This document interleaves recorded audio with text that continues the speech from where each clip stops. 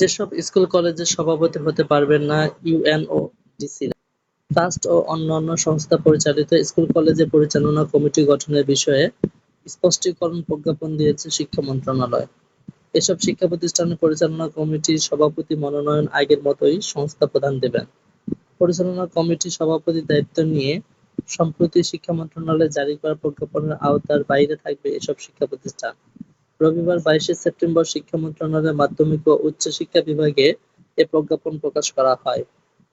প্রজ্ঞাপনে বলা হয়েছে, governing body managing committee গঠন সংক্রান্ত বিধানমালা ২০২৪-এর প্রবিধি ৬৩-তে উল্লিখিত ট্রাস্ট, মিশনারি, সেনাবাহিনী, নৌবাহিনী, বিমান বাহিনী, বর্ডার গার্ড বাংলাদেশ, জেলা প্রশাসন, উপজেলা প্রশাসন, কালেক্টরেট, পুলিশ লাইন, পৌরসভা, সিটি কর্পোরেশন, জেলা পরিষদ, রেলওয়ে, বিশ্ববিদ্যালয়, শিক্ষা বোর্ড বা অন্য কোনো সংস্থা বা ফাউন্ডেশন পরিচালিত শিক্ষা প্রতিষ্ঠানগুলোতে ২০শে আগস্টের ১৮৩ নম্বর প্রজ্ঞাপনের আওতা বহির্ভূত থাকবে।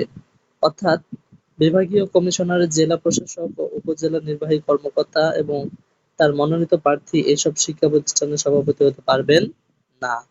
এদিকে ২০শে আগস্ট এক প্রজ্ঞাপনে বেসরকারি শিক্ষা প্রতিষ্ঠানের গভর্নিং বডি ও ম্যানেজিং কমিটির সভাপতি পদে বিভাগীয় কমিশনারের, জেলা প্রশাসক ও উপজেলা নির্বাহী কর্মকর্তা বা তাদের মনোনীত প্রার্থীকে দায়িত্ব দেওয়ার নির্দেশ দেয় শিক্ষা মন্ত্রণালয়। প্রজ্ঞাপনে বলা হয়, বর্তমান পরিস্থিতিতে বেসরকারি শিক্ষা প্রতিষ্ঠানের গভর্নিং বডি ও ম্যানেজিং কমিটির সভাপতি পদে বেসরকারি শিক্ষা প্রতিষ্ঠানের গভর্নিং বডি ও ম্যানেজিং কমিটি প্রবিধানমালা ২০২৪-এর ৬৮ অনুযায়ী নির্দেশনা দেওয়া হলো। নিচে প্রজ্ঞাপনটি তুলে ধরা হলো।